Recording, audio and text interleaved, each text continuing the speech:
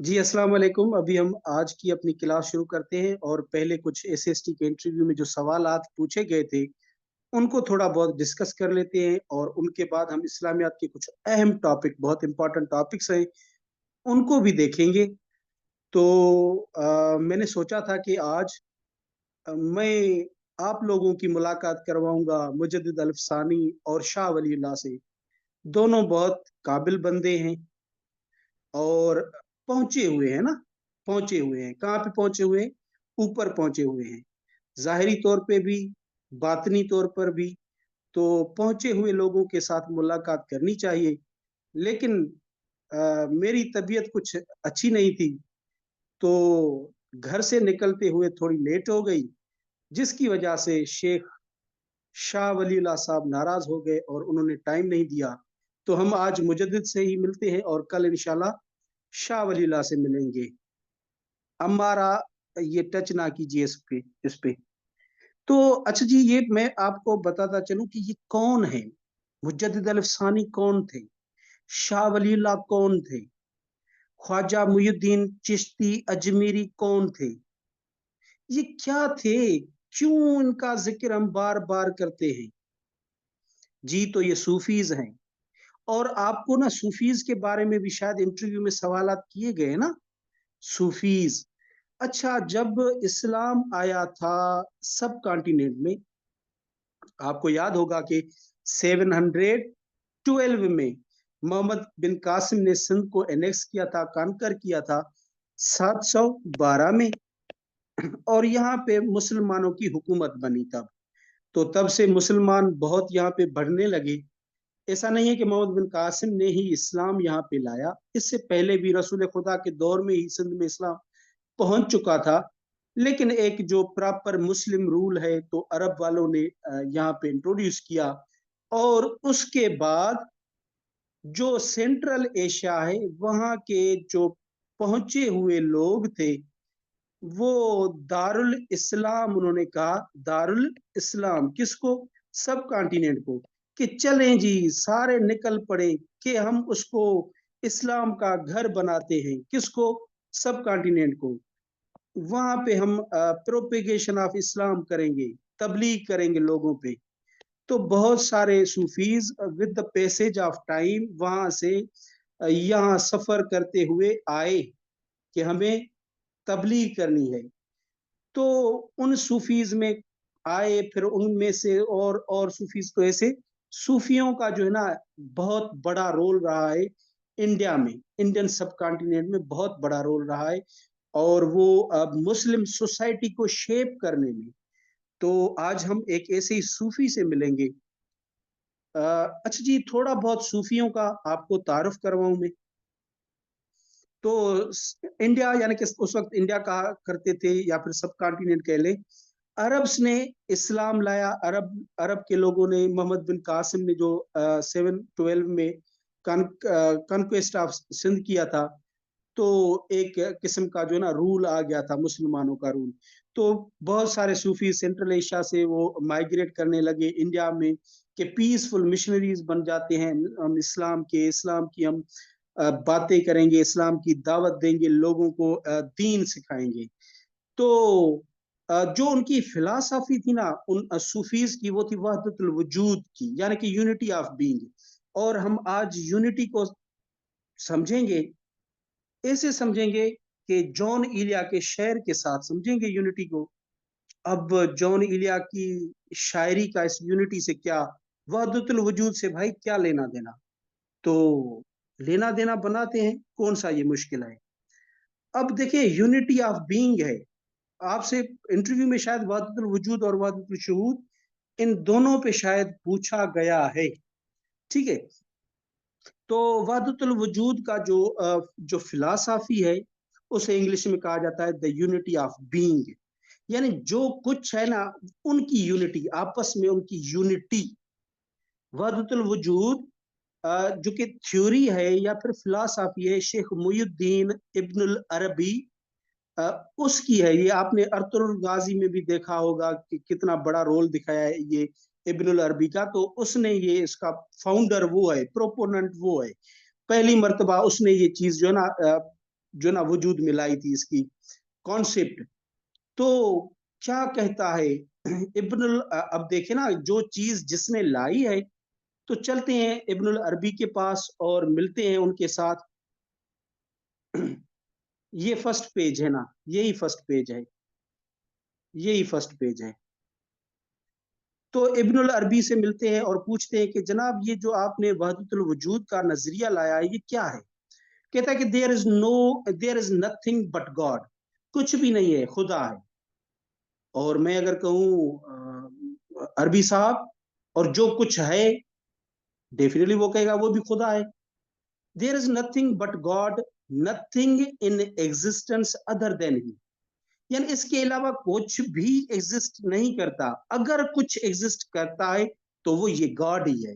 What ever exist objectively as well as subjectively, चाहे आप उसको देख रहे हैं या फिर नहीं भी देख रहे, जो चीज, जो कुछ भी है इस दुनिया में, outside the mind, outside outside the mind of man as well as inside, जो आपके जहन में है या फिर जहन में भी नहीं है, it is one the God, ये सब कुछ खुदा है। There is not even as there, ताकि यहाँ पे यहां नहीं है। ये आ रहा है, सारों को आवाज आ रहा है? किसी एक को भी अच्छी सही आ रहा है तो मतलब वॉइस सही है, यहां से आवाज आ रहा है? Okay. Whether the असेंस of all thing is one, अब जो है ना सारी चीजें जो भी हैं वो एक है। अब ये वहदतुल वजूद हो गया। वहदत, क्या वहदत? यूनिटी। किसकी? वजूद की। यानी कि जो कुछ वजूद में है, चाहे आप उसको देख सकते हैं चाहे नहीं देख सकते, एग्जिस्ट करता हो आपके माइंड में हो ना हो, वो यूनाइटेड है, यूनाइटेड है। अब आपके सामने मोबाइल पड़ा है, लैपटॉप पड़ा है, तो इनके डिफरेंट पार्ट्स तो है ना, डिफरेंट पार्ट्स हैं, लेकिन एक एक दूसरे के साथ जुड़े हुए हैं ना। तो ये सारे एक दूसरे के साथ जो जुड़े हुए हैं ये मोबाइल बनाते हैं। ये मोबाइल है, ये कोई अलग नहीं है। ये है वहदतुल वजूद का नजरिया ना। अब सिंपल मैं बता दूं, आजकल की ना हम अपने अंदाज से बयान करें कि हम जब कहते हैं कि मैं नहीं हूं, मैं कुछ भी नहीं हूं। अच्छा जी, आपने, यानी कि मुझे पैसे दिए, समझो मेरे भाई को दिए, हमारी एक ही बात है। हम कहते हैं ना अक्सर, हमारी एक ही बात, चले उस पे आ जाएं। मैं और मेरा महबूब एक है। मैं क्या, तुम क्या, हम तो एक हैं। हम बहुत सारे वादे करते हैं ना, वादे होते हैं, यानी कि मैं तुम एक है। ये जो मैं हूं जरा सा बाकी हूं, ये जो मैं हूं जरा सा बाकी हूं, वो जो तुम थे वो मर गए मुझ में। यानी हम दोनों जो है ना एक हैं। या फिर जॉन इलिया फिर कहते हैं, खुद ही एक दर पे मैंने दस्तक दी, खुद ही एक लड़का सा मैं निकल आया। यानी जिस दर पर मैंने दस्तक दी, अंदर से कोई भी निकल आई या फिर निकल आया, एक्चुअली वो ही तो मैं हूं ना। खुद ही एक दर पे मैंने दस्तक दी, खुद ही एक लड़का सा मैं निकल आया, यानी कि मैं वही वही मैं हूं। तो ये जो भी दुनिया में जो कुछ है, इब्नुल अरबी कहता है ये वो है, क्रिएटर है, क्रिएटर। और जो खल करने वाला है और जो मखलूक है, ये आपस में कनेक्टेड है, उनके बीच में अलग नहीं है, वो सारी चीज एक है। यानी कि इसीलिए तो वो कहते हैं कि हर चीज में खुदा है। अब सिंपली आप ये समझ लें कि वहदतुल वजूद कहता है कि हर चीज में खुदा है। आपके सामने आपको जिस भी चीज को देख रहे हो, गोया कि ये इसमें खुदा है। बस ये इसका जो है ना वो समरी है। हर चीज में क्या है? खुदा है। ये है इन सूफियों का जो ना ये फलसफा था। अब सब कॉन्टिनेंट में जो सिलसिले, जो सूफीज के 4 सिलसिलेज हैं, सिलसिलाज हैं, यानी कि ऑर्डर्स हैं, ये ऑर्डर्स किस बुनियाद पर बने? अब देखिए ना, हम मुसलमानों में भी तो 72 सेक्ट्स हो गए ना, फिरके हो गए हैं। क्या है उनमें कि हर एक का तरीका तरीका अपना अपना है। तो इन सूफीज का भी जो वे ऑफ प्रीचिंग है, वे ऑफ प्रैक्टिस हैं, तो वो अलग अलग है। कोई चिश्तिया है, कोई सोहरवर्दिया है, कोई कादरिया है, कोई नक्शबंदी है। ये 4 मेजर सूफी आर्डर्स हैं। अब जो चिश्ती आर्डर है, चिश्ती सिलसिला है, वो अबू इसहाक शामी ने फाउंड किया था, और इंडिया में यानी सब कॉन्टिनेंट में ख्वाजा मुईउद्दीन चिश्ती अजमेरी ने इंट्रोड्यूस किया था। और सोरवर्दिया का सिंध में जो ले आया वो शेख बहाउद्दीन जकरिया साहब ले आए। और इसका जो डिसिपल है वो लाल शहबाज कलंदर, उस्मान मरवंदी हमारा जो यहाँ का है सिंधी, तो ये इसका डिसिपल था। और कादरी जो होते, कादरी ऑर्डर, ये भी सूफीज का ऑर्डर है। और शेख अब्दुल कादिर जीलानी इनका फाउंडर है, जो बगदाद में था, जिसे पीर दस्तगीर या फिर पीरान पीर भी कहते हैं। और नक्शबंदिया ऑर्डर, जिसका फाउंडर जो था ख्वाजा बहाउद्दीन जकरिया था। ये मैंने ब्रीफली एक सूफीज की वहदतुल वजूद मुजद्दिद अल-अफ़सानी। अगर बात चल पड़ी तो मैंने सोचा कि क्यों ना इन पे थोड़ा बहुत ब्रीफ आपको बताया जाए, ताकि आपको सूफीज की एबीसी मालूम होनी चाहिए। अब आगे चलते हैं, मिलते हैं मुजद्दिद अल-अफ़सानी से। जी मुजद्दिद साहब, क्या हाल है? आप तो बड़े जो ना काम के आदमी है यार। The reformer of the second millennium. Wow! 1000 दूसरे 1000 जो ना सालों में जो रिवाइव करता है, जो रीबर्थ करता है किसी इस्लामिक सोसाइटी की, तो वो ये है। अच्छा, तो ये सेकंड है। अच्छा, 1000 सालों में ये दूसरा बंदा आया जिसने इस्लामिक जो है ना उसको रिवाइव किया, उसमें रिफॉर्म ले आया। तो हु वाज द फर्स्ट?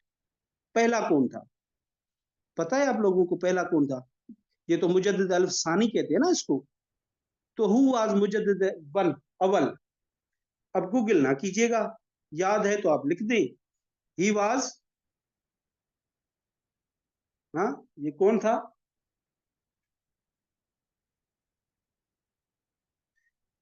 यार ये अपना ही है, अपना बंदा है वो, Asif Zardari.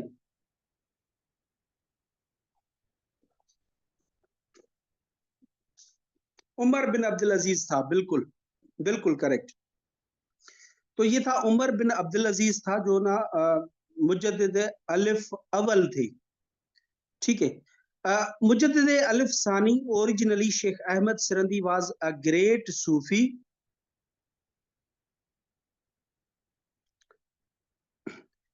Originally Sheikh Ahmad Sirhindi was a great Sufi scholar of Naqshbandi order. अब आपने देखा, हजरत उमर नहीं है, उमर बिन अब्दुल अजीज हैं, उमर बिन अब्दुल अजीज। ठीक है ना, ये है। हाँ, हजरत उमर जो कैलिफ थे वो नहीं। उनके दौर में तो जो ना इस्लाम की जो ना उसमें तो हर चीज प्रॉपर परफेक्शन में थी ना। अब ये आपको पता चल जाएगा कि इसको क्यों कहा जाता था ना। एक सोसाइटी है वो बिगड़ रही है, उसमें मुसलमान मुसलमान नहीं रह रहे, उनमें इंसानियत चली जा रही है। ठीक है। अब एक बात बताएं, कोई ऐसा बंदा है इनकार करेगा कि जी नमाज इस्लाम में है ही नहीं, नमाज इस्लाम में है ही नहीं? कोई बंदा नहीं है जो इनकार करे। हाँ, अलबदा अगर एक गांव में 100 लोग रहते हैं, चाहे उनमें से 99% लोग नमाज नहीं पढ़ते, लेकिन वो भी ये चीज नहीं कहेंगे कि इस्लाम में नमाज नहीं है। जब सिस्टम ऐसा बन जाए कि इस्लामिक प्रैक्टिसेस वो उनका वजूद खत्म होने लगे, आपको लगे ही नहीं कि ये चीज भी थी, तो उस मुआशरे में आकर अगर आप वो जिंदा करते हैं तो इससे कहा जाता है कि आपने रिवाइवल किया ना। मुजद्दिद अल-अफ़सानी, originally Sheikh Ahmad Sirhindi, was a great Sufi scholar of Naqshbandi order. He lived during Mughal empire. अब कौन से मुगल? एक अकबर और दूसरा जहांगीर, अकबर का बेटा, इनके पीरियड में रहा है। And worked for political and religious reformation of Muslim society. यानी उस वक्त दो दो डोमेन्स हैं मुजद्दिद अल-सानी की, अगर हम बात करें तो दो, एक पॉलिटिकल और दूसरा रिलीजियस। अब इन दोनों में बिगाड़ आ गया होगा। अब इस बिगाड़ को खत्म करने का काम जो अ, खा जो इनका बिगाड़ खत्म करने का जो सेहरा है वो मुजद्दिद अल-सानी के सर पर है। तो देखते हैं कैसे वो खत्म करता है। अब 26 जून 1564 को सरहंद जो कि पंजाब, इंडिया में जो पंजाब है वहां पे पैदा हुए और 10 दिसंबर 1642 को उनकी वफात हुई। अब पहले तो आपको पता होना चाहिए ना कि मुआशरे में बिगाड़ कौन सा है, उसको डायग्नोज करें कि बीमारी कौन सी लग गई है, तो फिर उस तरह की इंजेक्शन, अगर उसे कोई बीमारी मलेरिया की हो ही नहीं और आप मलेरिया का डोज दे दें, तो आजकल जो है ना ये मलेरिया का जो डोज है बहुत महंगा पड़ रहा है लोगों को, जानें भी चली जा रही है। हमने अपनी आंखों से देखा है कि ज्यादा डोजेस की वजह से इंटरनल जो सिस्टम है वो खराब हो गया और वो खुदा को प्यारे हो गए। तो डायग्नोस करना, सोसाइटी को डायग्नोस करना चाहता था शेख अहमद सरंदी की इसमें बीमारियां कौन सी हैं जिस पे मुझे काम करना है। तो Sheikh Ahmad Sirhindi diagnose the evils of the Muslim society and found following evils. कौन सी बुराइयां इसको नजरी, कौन सी खराबियां नजरी सोसाइटी में? नंबर 1, दीन इलाही। ये जो दीन इलाही था ग्रेट डेंजर थी मुस्लिम आइडेंटिटी को। देखिए मैंने कहा है इस्लाम नहीं कहा है मैंने, मुस्लिम आइडेंटिटी। ये वही आइडेंटिटी है जिसके बुनियाद पे हमें पाकिस्तान मिला है। अब अगर एक तरह की बात करें आप कि सर सैयद अहमद खान से पहले भी शेख अहमद सरंदी ने टू नेशन थ्योरी का कॉन्सेप्ट दिया था, तो बिल्कुल गलत नहीं है। लेकिन इसको आप जस्टिफाई कैसे करेंगे? दीन इलाही के साथ। दीन इलाही क्या था कि आप जो नॉन मुस्लिम्स है उनके जो ना प्रैक्टिस वगैरह अपनाएं, उनमें इंटरमिंगल हो जाएं, और ये जो तशख्खुस है मुसलमानों का, जो अपनी आइडेंटिटी है, वो आहिस्ता आहिस्ता खत्म होने लगी थी। तो इस तरह से ये समझा शेख साहब ने। शेख कौन शेख? नदीम असगर शेख साहब ने। नदीम असगर शेख साहब ने समझा कि दीन इलाही जो है ना वो मुसलमानों की जो ना आइडेंटिटी को बहुत बड़ा थ्रेट जो है ना दे सकता है, इसलिए मुझे इसके लिए कुछ काम करना पड़ेगा। और काम क्या करेगा कि इमरान मीरानी से राब्ता करेगा कि आए हम लेक्चर देते हैं, और लेक्चर का टॉपिक होगा कि दूर चलें दीन इलाही से। तो ये बिल्कुल नहीं था। अब काम क्या किया इसने, तो वो शेख मुजद्दिद अल-अफ़सानी, हम उससे ही पूछेंगे। एक बात ये, दूसरी बात अन इस्लामिक प्रैक्टिसेस थी, कैसे वही जो मैरिजेस वाली थी, और ये जो मुख्तलिफ काजी थे उस वक्त के या फिर हुक्मरान थे, उन्होंने ये भी अनाउंस किया था कि आप मेरे आगे जो है ना वो झुका करें, सजदा किया करें। ये प्रैक्टिसेस भी आ चुकी थी जो कि इस्लाम में जो ना प्रोहिबिटेड है, वो जो ना लोग अपनाने लगे थे। Wrong concept of utilization of power by Mughal rulers. King कौन होता है? किंग होता है servant of the people.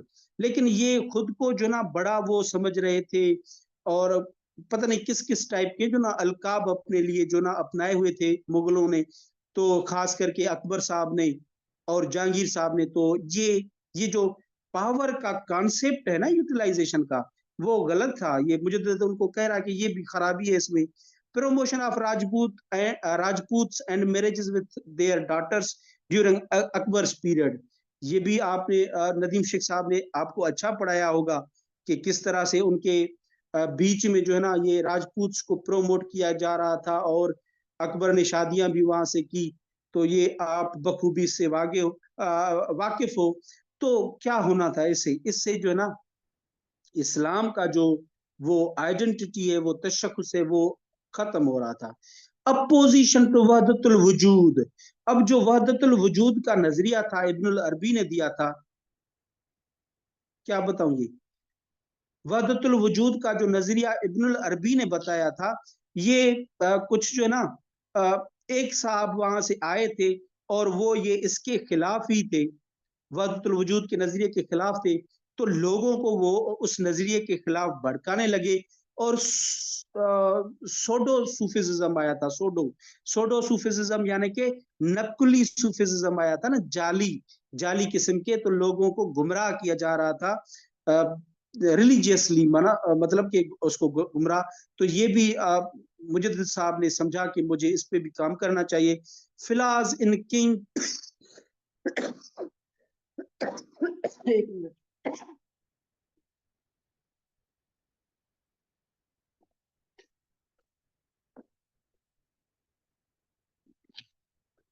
Kings और जो नोबल्स थे वो अयाशियों पे उतर आए थे, और ट्रेजरी से वो किसी बगैर किसी हिसाब से चल रही थी, उनकी आर्मी में भी खराबियां आ गई थी। तो ये अब मुजद्दिद अल-अफ़सानी ने पहचान ली कि ये चीजें खराबियां इस सोसाइटी में हैं। तो अब क्या करेगा मुजद्दिद अल-अफ़सानी, क्या करेगा कि एक बड़ा डंडा उठाएगा, एक कोने से शुरू होगा, दूसरे कोने तक पहुंच जाएगा, और फिर मुजद्दिद साहब को गिरफ्तार किया जाएगा और उसे कैद करके भेजा जाएगा बर्मा, एक फोर्ट में कैद किया जाएगा। जो कि सवाल भी पूछा था एसपीएससी ने। Reformation of Muslim society through religious domain of, अब जो वे अपनाया ना, कि ये जो मुसलमानों की सोसाइटी है इसको रिफॉर्म कैसे किए, कैसे करें, तो वो उसका रिलीजियस था ना, रिलीजियस डोमेन से। अब पहला काम किया, ये किया कि sending a number of disciples to various places of India. आप जाएं जाएं, जुम्मा के खुतबे दें, स्पीचेस करें, सीरत नबवी को उजागर करें, सीरत नबवी का लेसन दें, शरीयत को जो है ना उनको क्लियर करें, ताकि ये जो दीन इलाही या फिर और जो अन इस्लामिक प्रैक्टिसेस आ चुकी हैं, इनसे लोग जो है ना दूर भागे। Opposition to Deen Ilahi, articles लिखे, सरमन्स दिए, खुतबे दिए, इन्होंने आर्टिकल्स भी लिखे कि ये दीन दीन इलाही से आप ये जो ना बहुत बड़ी एक डेंजरियस जो है ना वो बीमारी है। Propagation propagation of simple habits, एक ये भी टेक्निक जो है ना शेख अहमद सरंदी ने अप्लाई की, कि जो छोटी छोटी सिंपल हैबिट्स है ना वो आप अपनाएं। नमाज, ज़कात, 5 वक्त नमाज लोगों को हैबिट बना ली कि आप पढ़े, ज़कात, यानी कि इस टाइप की जो हैबिट्स होती है।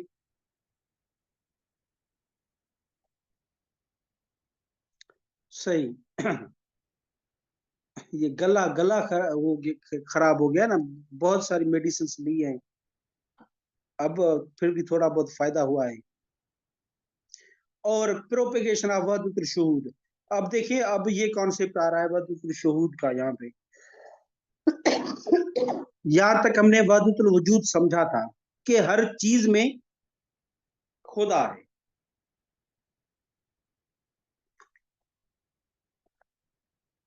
अब हर चीज में अगर खुदा है, तो इसने जो अपनी फिलासफी दी वो थी वहदतुल शुहूद की।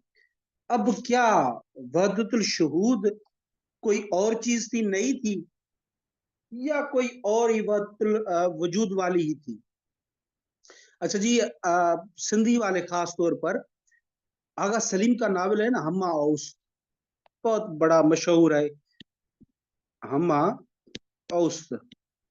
और अगर बात चल रही है मुगलों की, तो ये भी मुगल पीरियड ऑफ टाइम पे ही बेस्ड करता है, हिस्टोरिकल नॉवल है।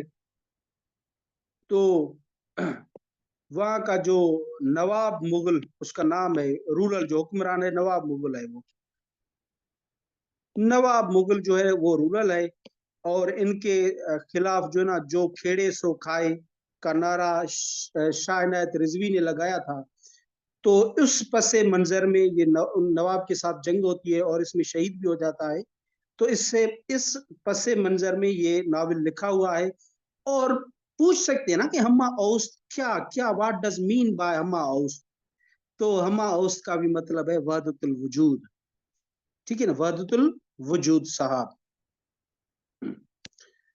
तो वहदतुल शुहूद अब देखते हैं। अब देखें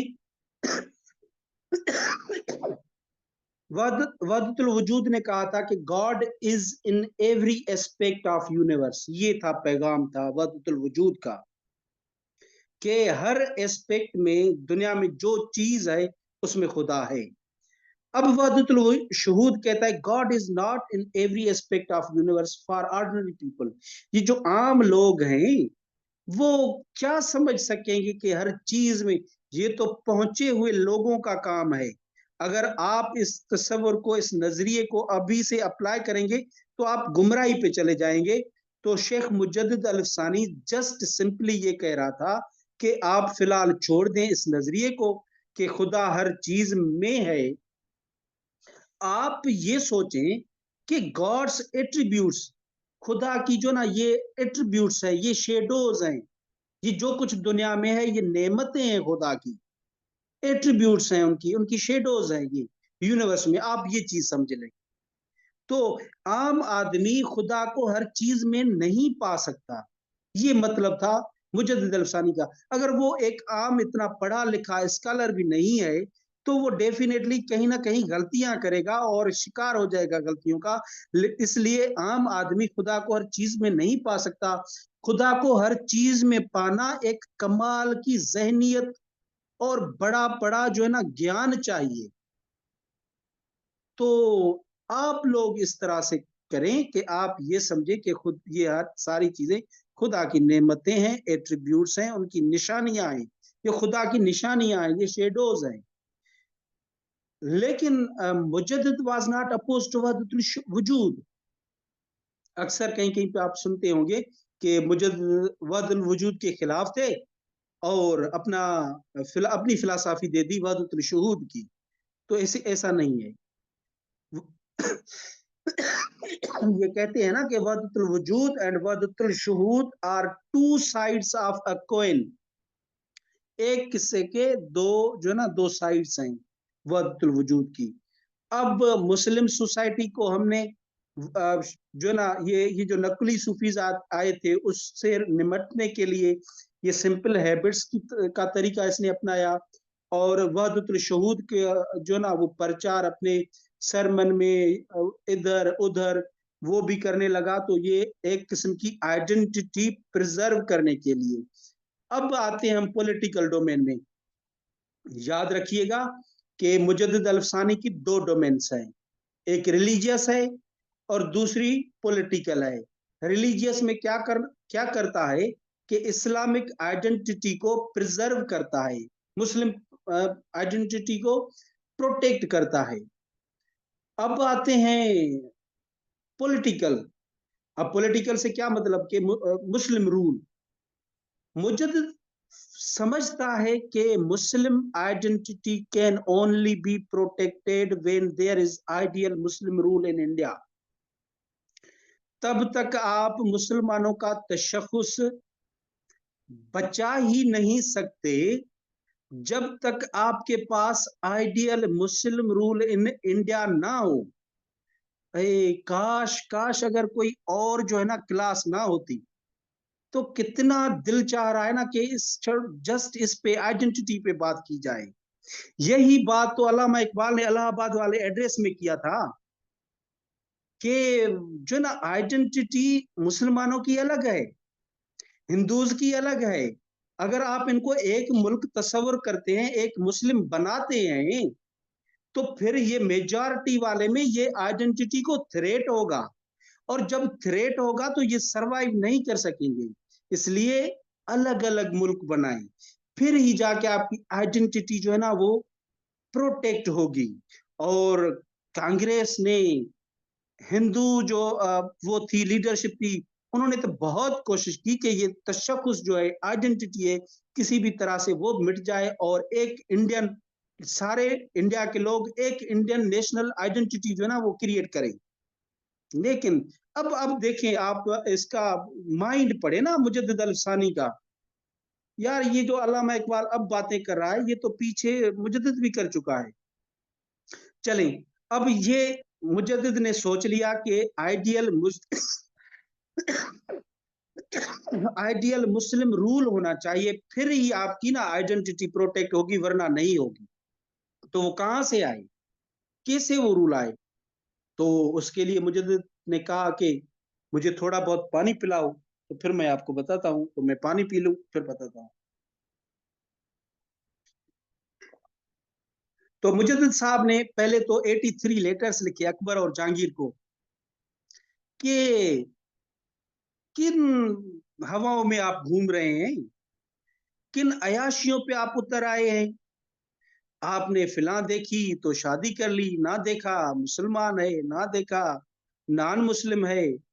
आपने की जो मेन पोस्ट है उन पे नॉन मुस्लिम्स को बिठाया, जहां पे एक मुसलमान को होना चाहिए। बहुत सारी बातें। अब सोचें ना, 83 लेटर्स हैं, तो एक एक लेटर में भी तो बहुत सारी बातें होंगी ना। कितनी बातें इन्होंने जो ना, एक आइडियल इस्लामिक सोसाइटी, जागो जागो, जागो जागो के ये जो नारे लगा लगा के थक गए, 83 लेटर्स लिख लिख के। तो रिजल्ट क्या मिला कि डालो डालो इसे जेल में। तो इस बेचारे को जहांगीर साहब ने 1619 में गिरफ्तार करवाया, और ग्वालियर फोर्ट जो कि म्यांमार में है, जिसका पुराना नाम बर्मा है, उसमें कैद किया। लेकिन बाद में इसको ना मुजद्दिद की बातें समझ में आई कि यार वाकई मुजद्दिद जो बातें कही थी वो तो 110% ठीक है। ले आओ मुजद्दिद को यहाँ के, मुजद्दिद की अब जरूरत है मुझे। फिर मुजद्दिद साहब को 1622 में वो कैद की रोटियां खिला खिला के वापस ले आए, और फिर अच्छा मकाम दिया। फिर गाइडेंस ली मुजद्दिद से कि एक हम किस तरह से हुकूमत चलाएं। आर्मी के लिए, इवन आर्मी के जो सोल्जर्स होते थे उनको लेक्चर दिलवाते थे मुजद्दिद से। अब देखें कितना मुजद्दिद का असर पड़ा है ना। नंबर पहली बात के 83 लेटर्स लिखे अकबर और जहांगीर को। नंबर दूसरी बात, अब उनको बताता भी है कि आइडियल इस्लामिक रूल आप कैसे बनाएंगे। तो ये 3 नारे थे इसके: सियासत, शरीयत, तरीकत। सियासत, शरीयत, तरीकत। अब क्या है सियासत, क्या है शरीयत, क्या है तरीकत? सियासत यानी कि पॉलिटिक्स है। हाँ, मैं बस कंप्लीट करने वाला हूँ, फिर आपका सवाल सुनते हैं। शरीयत यानी कि कॉन्स्टिट्यूशन। आइडेंटिटी यानी कि तरीकत आपकी। फार मुजद्दिद, मुजद्दिद कहता है कि तरीकत और शरीयत, कौन, तरीकत और शरीयत, ये दो तब तक नहीं होंगी जब तक मुस्लिम रूल नहीं होगा। मुसलमानों की जब तक हुकूमत नहीं होगी, तब तक ये ना तो शरीयत आ जाएगी, नाफिज की जाएगी, ना ही तरीकत यानी कि सेपरेट आइडेंटिटी। आइडेंटिटी क्या क्या, बार बार मैं कह रहा हूं कि identity identity identity, what does mean by identity? यार वे ऑफ लाइफ, मुसलमानों का अपना है वे ऑफ लाइफ। अब इस पे मैं थोड़ा पाज करता हूँ, लाइट बंद हो गई, मैं उसे ऑन करूँ उसको, 1 मिनट वेट कीजिएगा।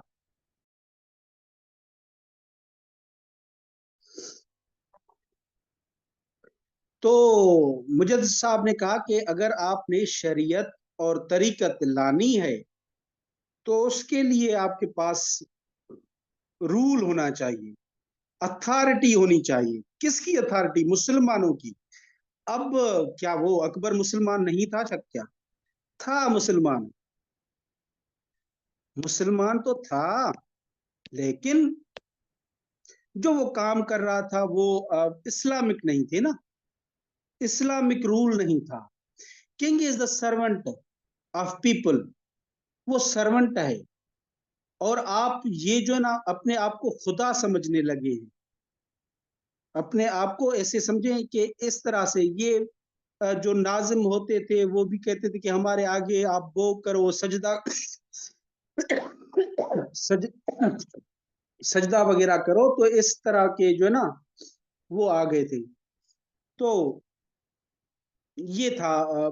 अब इम्पैक्ट क्या हुए मुजद्दिद के, ये सारी बातें बातें बाद में समझ आई। अकबर के पीरियड ऑफ टाइम में बातें नहीं आई थी समझ में। अब जब जब जहांगीर आया तो उसने भी तो कैद करवाया, लेकिन बातें समझ में आई मुजद्दिद की, उन पे अमल हुआ, लेकिन थोड़े वक्त के लिए। आगे चल के अब जो रूल है ना, जो रूल है ये मुसलमानों का, शाह वलीउल्लाह के पीरियड में ये रूल भी खत्म होने वाला है ना। तो उसमें जब हम पढ़ेंगे इम्पैक्ट्स क्या हुए, pointer of Muslim self assertion, यानी कि जो मुसलमानों की आइडेंटिटी का पहला पहला जो तस्वर ये ले आया मॉडर्न पीरियड में, इसमें तो ये मुजद्दिद था। जहांगीर पे इन्फ्लुएंस की, इसका इन्फ्लुएंस हुआ जहांगीर पे। तो जहांगीर ने तो अपने बेटे के लिए इसको उस्ताद भी बनाया था कि इसको अच्छा खासा सबक पढ़ाएं। अगर आपके साथ वो नहीं समझता आपकी बातें तो इसकी एडमिशन करवा दें। सर इमरान और नदीम असगर शेख के लेक्चर्स उनको अटेंड करवाएं बैठ के, वरना ये ऑफलाइन हो जाएगा। तो जहांगीर साहब ने अपने बेटे के लिए इसको उस्ताद भी रखा था। जहांगीर का बेटा शाहजहां था ना, Shahjahan, if I am not wrong. अच्छा, औरंगजेब, औरंगजेब, जहांगीर नहीं, औरंगजेब था, औरंगजेब का, औरंगजेब का, जहांगीर वो शाहजहां नहीं, औरंगजेब।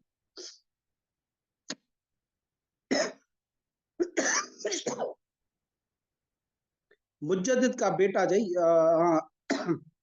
मुजद्दिद का बेटा वो था इसका, मुजद्दिद का बेटा इसका जो बना था वो टीचर बना था इसका। मुजद्दिद का बेटा टीचर बना था औरंगजेब का। तो टू नेशन थ्योरी का भी प्रोटोगोनिस्ट है ना, यानी पहले पहले अब हम अगर फिलासफी में जाएं तो मुजद्दिद शेख अहमद सिरंदी जो है वो जो ना proponent of two nation theory बन सकते हैं, लेकिन उसको जस्टिफाई दीन इलाही और ये जो बातें मैंने की, तो ये था मुजद्दिद अलिफ सानी। शाहजहां नहीं, औरंगजेब था, औरंगजेब।